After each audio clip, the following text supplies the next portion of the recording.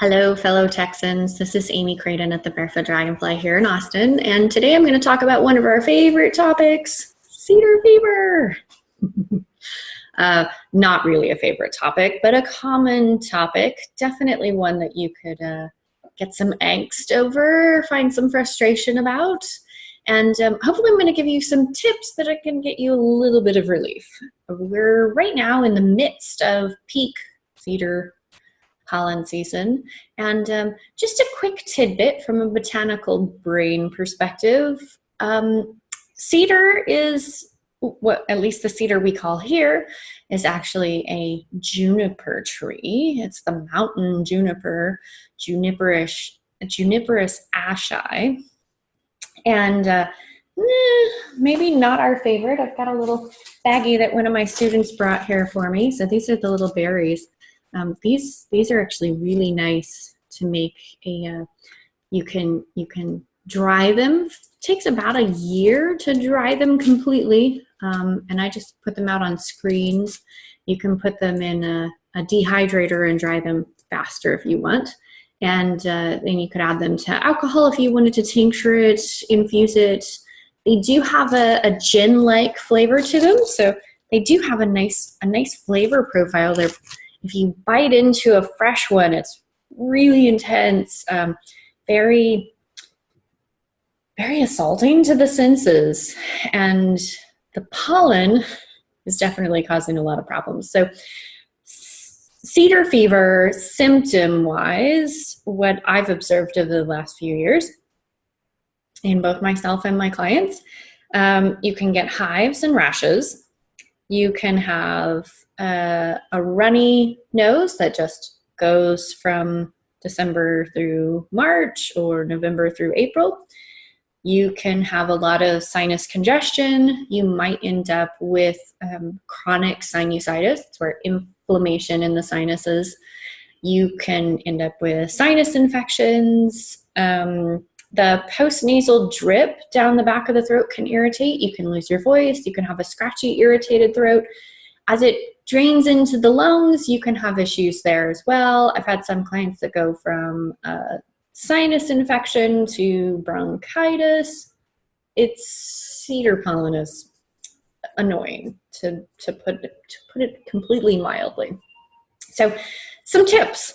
From a reflexology perspective, I'm going to show you a couple points. The first one, I have a giant ear prop. Don't be alarmed. At the very top part of the ear, we've got this nice little lip here.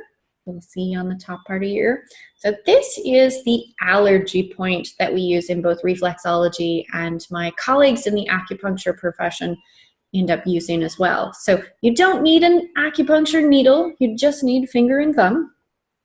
When you're doing it on yourself, I recommend sort of sitting down, pulling your shoulders down a little bit. We like to hold them up around here, so let's pull them down. And you hook your thumb up into that space. I'm going to do it on both ears. And I'm going to use my index fingers on the tops just as a little bit of support. And I'm going to tug the ears gently towards the ceiling. So I get a nice little lift in the neck. I'm not trying to pull the ears off. It's just a nice gentle tug. So a gentle pinch. I'm not squeezing the ear. This is not a no pain, no gain. This is not the marine style of reflexology. This is very gentle little pull. And you're going to start noticing that this area gets pink. You've got some nice blood flow to the area. That's totally okay. Nobody's gossiping about you. You've just been working on your ears. Another point that I want to point out is going to be on the hands. So got a little hand model here for you. The fingers here have sinus reflex areas up in here. And you can get about them in a couple different ways. So I would say pad of the fingers as well as this middle. So we've got knuckles on this side. So this middle joint here, this little middle phalange, as we call it. This is the anatomical term for the bone here. And I would work these two spaces. So you could hold them and do little circles with your thumb. You could use your index finger to kind of draw upwards like you're almost like you're peeling carrots. You can tap them, getting those fingers together. So basically you're clapping your fingers, and you want to do it hard enough that you can kind of hear that little thunk. Do it closer to the mic so you can hear me. Got it? Ah. So that's going to help get you some drainage, especially for those of us who tend to hold. We don't have really great drainage. For those of you who have a running faucet, this is also going to have sort of pull back effort there. You may notice a little extra discharge initially, and we want that. The mucus in the sinuses here, we want them to actually take those pollen particles that we've inhaled from stepping outside, and we want that to pull it out and get it out of there, because it's causing inflammation in the sinuses, and there's potential room for it to become infected if we let it sit there and stagnate. So we don't want it to stagnate. We don't want it to stick around. Another one which you can get off of Amazon are these little finger widgets. I'm going to show you what the packaging looks like.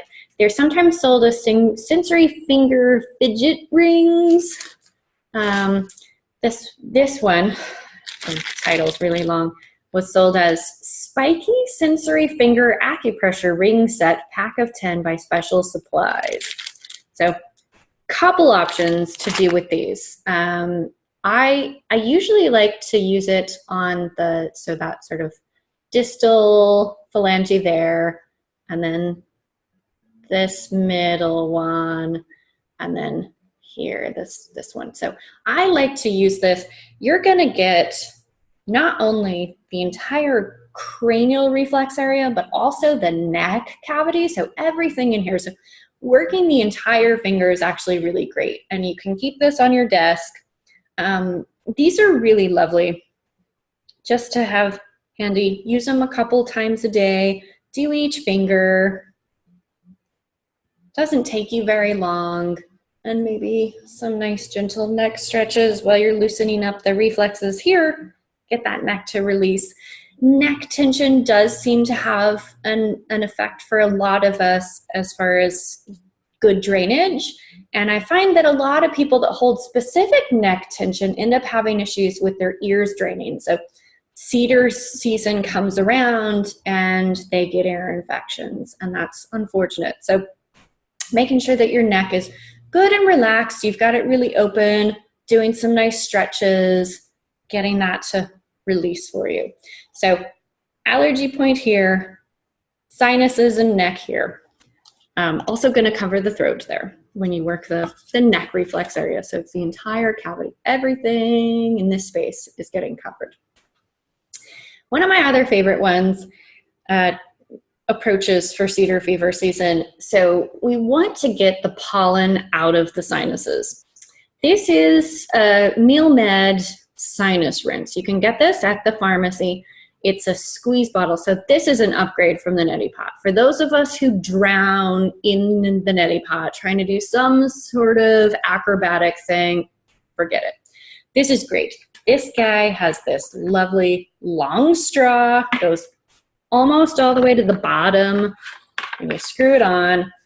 So all you have to do is lean over the sink, put it to your nostril, and squeeze. So brilliant. With that, Thomas Easley turned me on to a really great remedy that I love for this. So I'm going to use, this is just a name brand saline packet. You can see it says CVS on it. This is the sinus solution that comes with neti pots and little squeeze bottles like this. Literally, it's sodium bicarbonate and sodium chloride. It's salt and baking soda. Easy, easy, easy.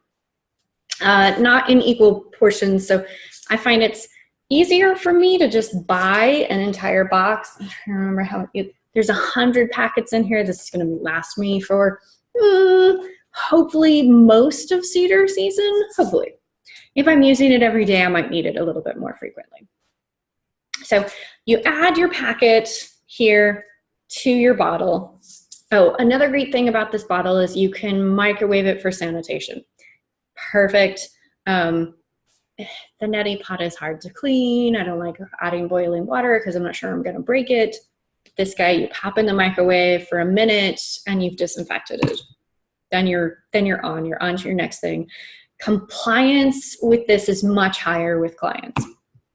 So what I like to add, which Thomas recommended and I have loved since, so yerba mansa, an herb that grows here in Texas and Mexico, as well as parts of New Mexico, has a tropism or an affinity for the sinuses. So this is brilliant. You add about 10 drops of the alcohol extract. Now, sometimes you can find yerba mansa that's supposed to be for kids. So it'll come in vegetable glycerin. There's no alcohol in it. It'll say something like alcohol-free, children's version, something like that. If you're using that, you're not going to need this next step. If you use the alcohol one like I do, you want to add a little bit of vegetable glycerin. So 10, 15, possibly 20 drops of this. I'd say start out with 10, see how you do. You could always work up to 20 drops. And with the vegetable glycerin, you're going to want about 10 drops, 5 to 10 drops. The vegetable glycerin is going to help lubricate the sinuses, and it'll help with the alcohol is very drying, so we don't actually want to dry the sinuses to the point that then they're irritated. More in the opposite direction. So when you're adding a little bit of alcohol to this, little bit of vegetable glycerin, just to help lubricate things, keep things very nice and moist. Vegetable glycerin is a humectant. It likes to draw moisture from the air, so I don't want to use it too much. 5 to 10 drops is pretty good. Because I'm an aromatherapist and because I've got this still right behind me, I distill rosemary hydrosol year-round. I've got 2 great big bushes on the side. Everybody that lives in Texas, I think, has a rosemary bush. If you don't, I'd be interested in hearing from you because I'm pretty sure everybody I know has one. So I distill rosemary hydrosol, and I'll use a teaspoon of this in with the yerba mansa, the sinus rinse, the saline powder, and the vegetable glycerin. So we get this really nice combination. The rosemary is going to go in and have this really lovely action as an anti-inflammatory. It's also a nice antimicrobial.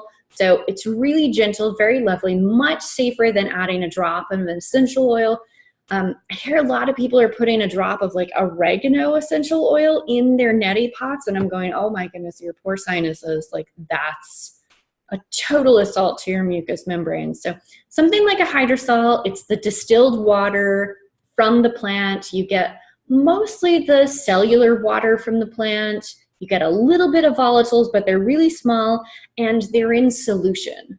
They are joining hands with the water. So they're not like, if I put a drop of an essential oil in here, I'm going to get one big glob in one part of my sinuses, and it's just going to sit there and irritate that area and start to eat through the mucous membrane, and that's not pretty at all.